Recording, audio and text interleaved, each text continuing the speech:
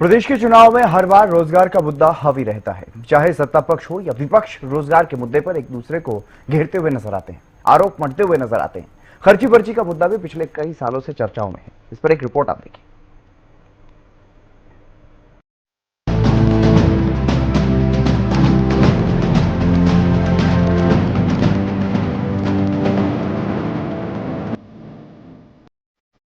हरियाणा में विधानसभा चुनाव की सरगर्मियां तेज हो गई हैं। प्रदेश का हर सियासी दल जीत का स्वाद चखने के लिए तैयारियों में जुट गया है। मुद्दे तो कई हैं, लेकिन एक मुद्दा महत्वपूर्ण मुद्दा है जो सत्ताधारी दल बीजेपी हो या विपक्षी दल कांग्रेस अक्सर जोरों शोरों से उठाते रहे हैं। मुद्दा है रोजगार का। जहां एक और हरियाणा में सत्ताधारी दल बीजेपी पूर्व सीएम हुड्डा के कार्यकाल पर सरकारी नौकरी में करप्शन का आरोप मंडता है, वहीं बीजेपी अक्सर ये दावा भी करती रही है कि हमने सिस्टम में सुधार किया है, सरकारी नौकरियों में पर्ची खर्ची को खत्म किया है।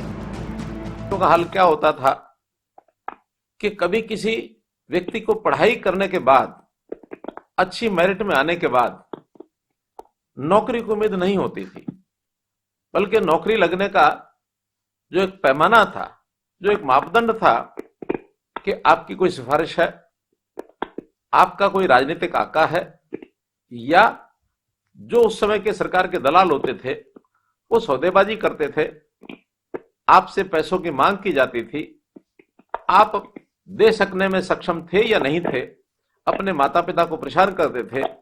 नौकरी के लालच में पिताजी को या तो अपनी जमीन बेचनी पड़ती थी, या माताजी के टूम और गहने बेचने पड़ते थे, या कभी जमीन आदि कोई हो तो उसको गिरवी रखना पड़ता था, कर्ज लेना पड़ता था, तब जाकर के उम्मीद बनती थी कि शायद हमको नौकरी मिल जाए।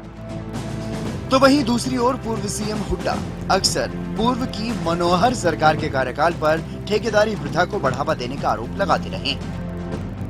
योजना ये सबसे बड़ा हरियाणा के युवकों के साथ सबसे बड़ा धोखा है और उनके भविष्य पे प्रश्न चिन्ह लगने वाली बात। तो हमारे टाइम में हमने फैसला किया था ठेकेदारी सिस्टम बंद करने का, और इन्होंने भी जब कौशल रोजगार योजना बनाई, यही कहा था, निगम बनाया कि हम ठेकेदारी प्रथा खत्म करेंगे, खुद ठेकेदारी प्रथा कर रहे। और ये मतलब ये हो गया कि एक बार के उन्होंने कहा 25,000 हम भर्ती करेंगे फॉर एग्जाम्पल, तो 25,000 अगर कौशल रोजगार योजना भर्ती करेंगे तो इसका मतलब जो 25,000 पोस्टें हैं वो अबॉलिश हो जाएंगी, सब टेम्परेरी रहेंगे।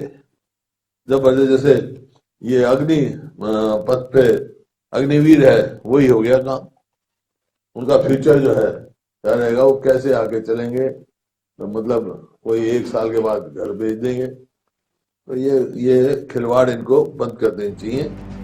रोजगार का मुद्दा प्रदेश की राजनीति पर हावी होना लाजमी है, क्योंकि 18 से 30 साल के करीब 48,66,000 मतदाता, चुनाव चंडीगढ़ का हो या दिल्ली का, सरकार बनाने और गिराने में युवा मतदाता अहम कड़ी हैं। बहरहाल चाहे विधानसभा की कार्यवाही हो या फिर रैली का मंच हो, बीजेपी के दिग्गज नेताओं ने खुलकर ये बात कही है कि हमने पूर्व की सरकारों से ज्यादा सरकारी भर्तियां अपने कार्यकाल में की हैं। हरियाणा विधानसभा के एक सत्र में सत्ता पक्ष और विपक्ष के बीच खूब नोक-झोंक हुई। इसी का एक उदाहरण है जब केंद्रीय मंत्री और पूर्व सीएम मनोहर लाल और पूर्व सीएम भूपेंद्र हुड्डा में बहसबाजी हो गई थी। का जो ठेकेदारों के माध्यम से हम भर्ती करते थे, लोगों को लेते थे, ये उसका एक विकल्प है। वो जो सारी शिकायतें आती थी वो शिकायतें ना रहें और हम उनकी शोषण से कैसे युवकों को बचाएं, क्योंकि सैलरी कम है ये हमको पता है, उस सैलरी में से भी उनका और शोषण होता रहे। किसी को पहले एडवांस में ले लिया, फिर उनके बैंक में खाते में डाल दिए, किसी का पीएफ जमा नहीं कराया, किसी को ईएससी की सुविधा नहीं दी, वो सारी चीजें खत्म करने के लिए हमने उसको वहां से लिया है। तीसरा, ये एक नया पोर्टल है, पहली बार बना है, इसमें कोई कमी नहीं होगी ऐसा कोई दावा नहीं है। कुछ कमियां इसमें मान लो है तो चर्चा में से निकलेंगे, उसको ठीक किया जाएगा, निश्चित किया जाएगा। चौथी बात, इसमें भर्तियां अभी मात्र 4-5 हजार ही हुई है, बाकी तो जो पिछले ठेकेदारी पर चल रहे थे लोग, उनको इसमें पोर्ट किया गया है ताकि वहां की सूची से निकाल करके इसमें डाल दिया जाए। जो कठिनाइयां उनको वहां आ रही हैं वो यहां बंद हो जाए, और उनकी सहमति से ये सब कर रहे हैं, बिना सहमति के नहीं कर रहे। भविष्य से जिसके साथ खिलवाड़ हो रही है। हम युवाओं को बिल्कुल ये कौशल युवाओं को नौकरी देना, कौशल युवाओं को काम रोजगार के निगम अवसर देना, ये हमारा काम है। के साथ खिलवाड़ है, ये हम देंगे। ये आपकी तरह नहीं है। नहीं, मैं बता रहा हूँ आपको, ये आपकी तरह नहीं है। अच्छा काम करो तो मेरे बात करके सीएमआई के साथ फोटो छुपाते रहते हैं और उनको कहते हैं 36%, 40%। आमने सामने नहीं है, एक बार आप बोल लीजिए। आप एक बार अगर आपने मेरे को क्या नहीं आप अपना मेरा पक्ष रख नाम लेके लीजिए। कह रहे हैं और मैं खड़ा बैठा सुनता रहूं। अगर नहीं वो मेरा नाम लेके मैं बैठा सुनता रहूं। नहीं सुनने की बात नहीं है। आप बोलिए, मैं मना नहीं कर रहा, हाँ। लेकिन आमने सामने वैसे बहस करना ठीक नहीं है। आप बोलिए, मैं कहूंगा कि अरे बोल लिया। मुख्यमंत्री जी से भी निवेदन करूंगा। बोलते और जब मुख्यमंत्री जी बोलते नाम दिया। जब मुख्यमंत्री जी बोल रहे हैं तो फिर मेरा निवेदन है। मैं तो शुरू में कह दिया था, नहीं। फिर इन्होंने वो मुद्दा उठाया।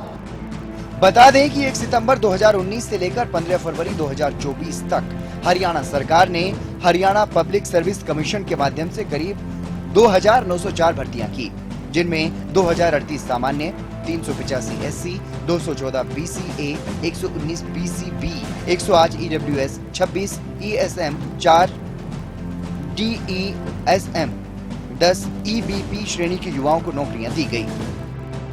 हरियाणा सरकार की ओर से दी गई जानकारी के मुताबिक एचएसएससी के माध्यम से 42,455 भर्ती, सामान्य 15,097, SC 7,108, BCA 5,477, BCB 3,395, EWS 4,042, ESM सामान्य 3,299, ESM SC 957, ESM BCA 957, ESM BCB 1,317, ESP सामान्य श्रेणी 277, ESP SC 226, ESP BCA 189, ESP BCB 104।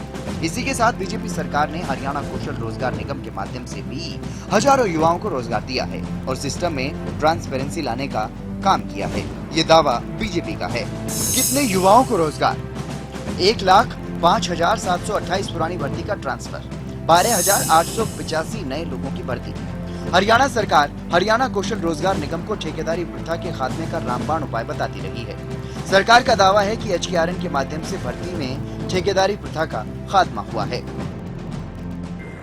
आज हरियाणा के अंदर जिस प्रकार से युवाओं का विश्वास सरकार की नीतियों के ऊपर बढ़ा है, आज नौकरियों में जिस प्रकार से युवाओं को बिना पर्ची बिना खर्ची के गरीब व्यक्ति को भी सम्मान दिया गया है, बिना भेदभाव के आज नौकरियां हरियाणा प्रदेश के अंदर युवाओं को मिल रही हैं। जो शिक्षा, अनुभव या उसकी फैमिली इनकम, उन सब के आधार के ऊपर उसकी रैंकिंग की जाती है और इस रैंकिंग के आधार पर ये किया जाता है।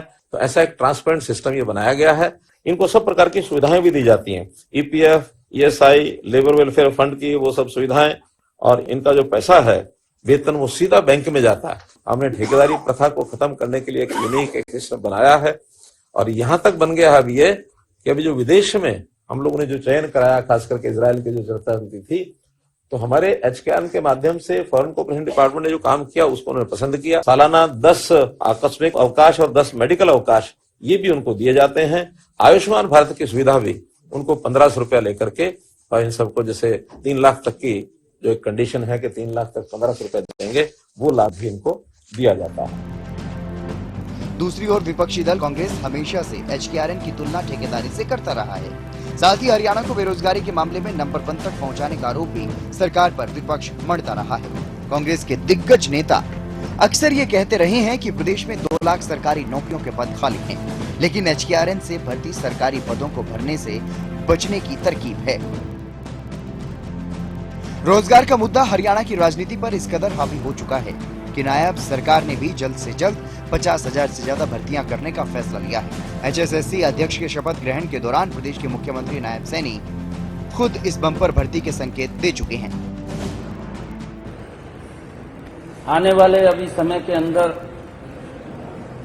हरियाणा में हम 50,000 और भर्ती शीघ्र करेंगे और इसके साथ साथ ग्रुप डी में भी हम जो युवाओं को